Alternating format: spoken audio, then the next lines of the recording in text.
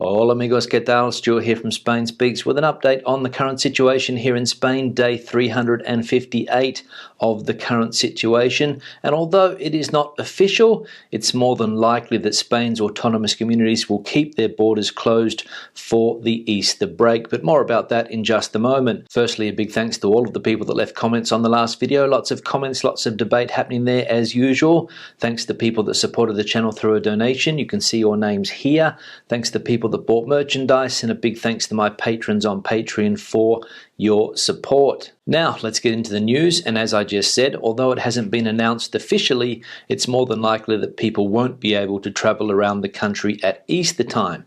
As we can see here in this article, Spain's regions reached preliminary agreement to restrict travel over the Easter week. In a bid to halt the spread of the coronavirus, perimeter lockdowns of territories will be maintained, a curfew will be set between 10 p.m. and 6 a.m, and all large events will be suspended. Under the pact, regions will remain under a perimeter lockdown, meaning that no one can enter or leave without a justified reason, such as to go to work. This measure is already in force in all of Spain's 17 regions, with the exception of Madrid, the Balearic Islands, and the Canary Islands. The regions also agreed to set a curfew between 10 p.m. and 6 a.m. during Easter week and to ban large events where crowds form, meaning Spain's world-famous Easter processions are likely to be cancelled. Other measures include a 4-person limit on social gatherings in both private and public spaces, regardless of whether they take place indoors or outdoors, and recommendations against members of different households gathering inside the home or other indoor spaces. The preliminary agreement must be ratified next week by the Interterritorial Council of the National Health System, which is formed by the Central Health Ministry and Spain's regions. So there we go, no Easter getaways again this year in Spain. For the second year running, people won't be able to get away for that Easter week because, as we just saw, the majority of the autonomous communities here in Spain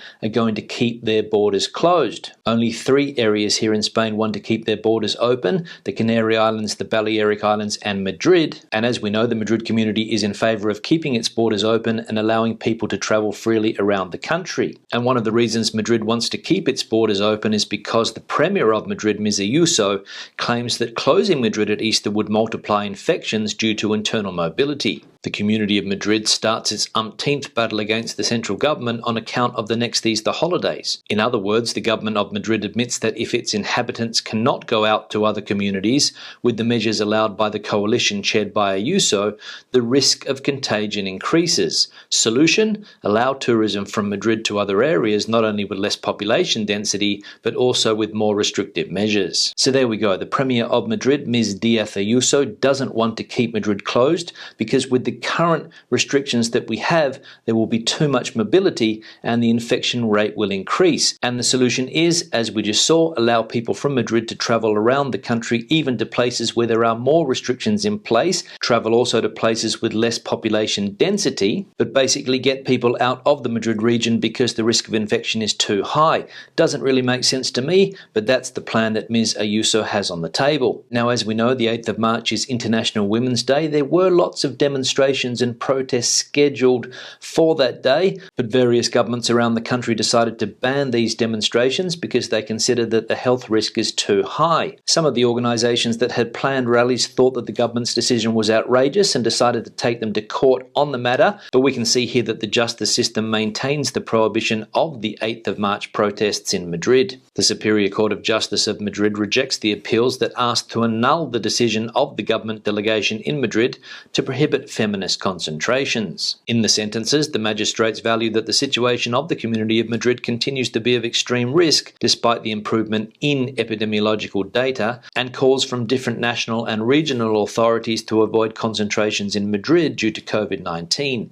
In their arguments, the judgments cite a report from the Central Council of Medical Associations that advises against attending these concentrations due to the risk they imply for the public health of the general population. So judges support the decision to ban rallies on the 8th of March because of the extreme risk situation in the Madrid community, yet the Premier, Ms. Díaz Ayuso, wants people from Madrid to be able to travel freely around the country. I'm still confused. Now, if you're living in Spain and you have been out and about recently, you might have observed that there's not many newborn babies being pushed around in prams. The reason for this is because the birth rate in Spain has collapsed due to the confinement. In December and January, 13,141 fewer newborns were registered registered than the previous year, a drop of 23%. The same drop has also been registered in neighbouring countries. 9 months later, the omens of the experts are fulfilled. Births in December and January fell 22.6% compared to the same months of the previous year. The pandemic has plummeted the birth rate in Spain. It is not yet the definitive data, but it constitutes the first indicator of the effects of the confinement of March and April, when the children born in December and January were conceived. In those months, 45,054 babies were registered as a result of those days when the country was locked up at home, according to information from 3,929 computerized civil registries, corresponding to 93% of the population. There are 13,141 fewer children.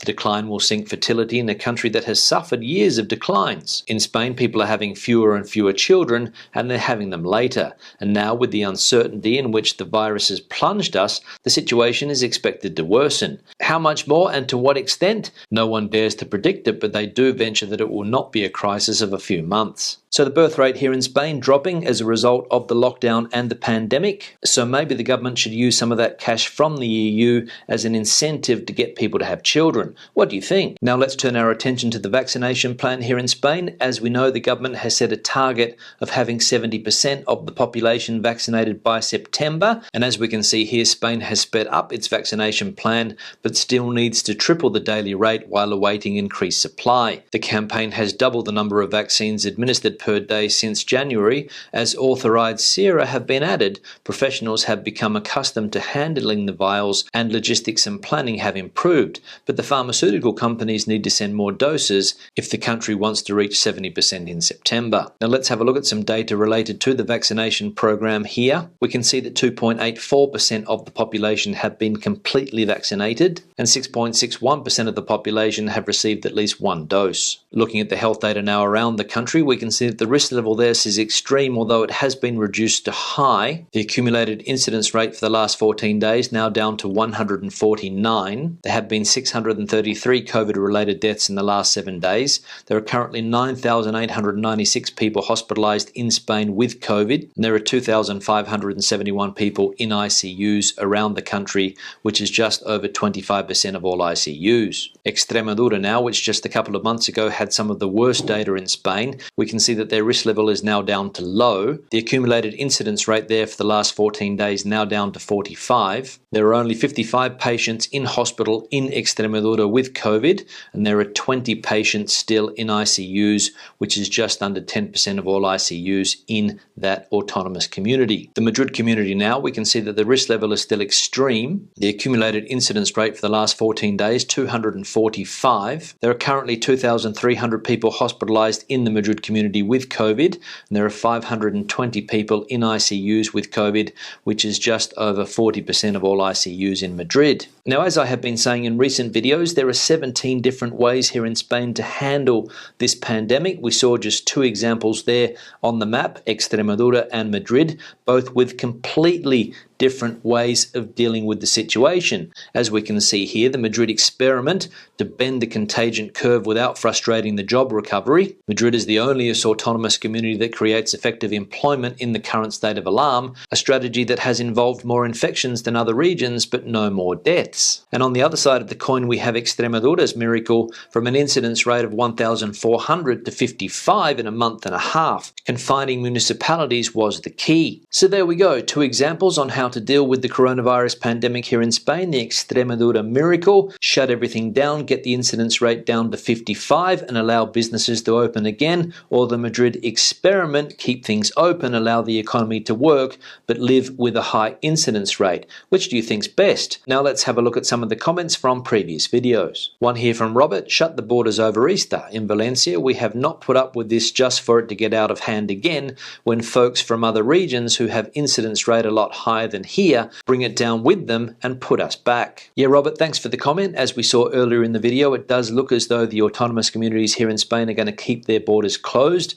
People will not be able to travel freely around the country, even though some places like Madrid want to set its citizens free because they think that the incidence rate here in this part of the world will go up if they don't. And you're right, I think people have worked very hard in places like the Valencian community, places like Murcia, places like Extremadura, as we saw before, to get that incidence rate down. And the worst thing I think they could do is open up again so that case numbers go back up and things are closed down again, which will most likely happen if there is a fourth wave. So keep mobility restrictions in place, keep people in their autonomous communities, keep the numbers down, and hopefully we can get through this pandemic. One here from Laura: have kids been attending school all along in Madrid, or for how long? In the US, many school systems are still not having in-person school, and the kids are falling behind at an alarming pace. Yeah, Laura, thanks for the comment. Here in Spain, schools have been running normally since they began back in October. Kids have been going to school every day. There have been some changes. For example, I think in secondary education, kids only go maybe once or twice a week, or maybe 1 week there, 1 week at home. There are some changes as far as that type of education is concerned, but primary school, which is what my son goes to, has been continuing since, as I said, October last year. The idea that the government has had is to keep schools running, to keep kids attending schools, not like last year when the pandemic first hit. They shut down schools and it didn't prove to be very successful, in my opinion. A lot of kids here also fell behind during that period. That's why I think the government decided that it's better to keep kids in school, and it seems to have been a good decision. One here from Richard: always enjoy your videos, Stuart. You are correct in what you say about southern UK. My sister lives east of Brighton and she said first good day and the beaches were stuffed with people. Not the way to go. Don't rush into buying new plants. You will be surprised how resilient they are. Just fooling you that they are dead. Regards, Richard. Yeah, Richard, thanks for the comment. I mentioned this the other day, that here in the Madrid community, for example, the first opportunity that people get when the weather's good, they love to flee the city, flock to the coastal areas, for example, Valencia, Alicante, Murcia, the Costa del Sol. Fairly common when you are living in an interior city such as Madrid, and I said that it probably happens in other countries around the world as well, and I gave the example of Brighton, and there you go, your sister says that it is also true. When the weather's good, people flock to the beach from places like London. And it is one of the big problems that we have in this country at the moment, how to stop mobility, how to stop people travelling around the country and potentially spreading the virus. And as I mentioned before, keeping the borders closed probably the best solution. And regarding the plant situation, too late unfortunately. I have removed all of the plants that I thought had died because of the very cold temperatures that we had a couple of months ago. They looked very bad. I don't think there was any coming back from that. So I decided to cut them down, get rid of them, and I've already started the replanting process in the back garden. One here from World Traveller: Stuart, you should load a credit card to your phone, either Android or Apple, using Google Pay, etc. Easier and actually safer. Never take a CC out of your wallet again. Also, handy backup. Very seldom leave wallet and phone at home. Have seen some load up their smartwatches with the CC also. Technology moving forward. Yeah, World Traveller, thanks for the comment. I do have some credit cards in my phone, but to be honest, I don't find it all that much easier than using the traditional credit card. Just the same to open that thing up and tap and go as it is to pull out the credit card and tap and go, in my opinion. Especially nowadays, and given the fact that we have to wear a face mask here in Spain, the facial recognition technology in my phone doesn't work. I have to put in the PIN, then I have to find the wallet, and then I have to pay. So easier, I think, just to use the credit card, although as you said, it might be a little bit riskier. But you are right, technology is moving forward, and it is moving forward very, very quickly. And finally, one here from Kylie D: 100% agree, Stu, you nailed it. Sad situation, but es lo que hay. Yeah, Kylie, thanks for the comment, and you're right, es lo que hay. It is what it is, unfortunately. On that note, I'll start to wrap the video up. Questions and comments, please leave them in the section below. Debate the situation out as you normally do. Give the video a thumbs up if you liked it, thumbs down if you didn't. I'll see you in tomorrow's video. Hasta luego.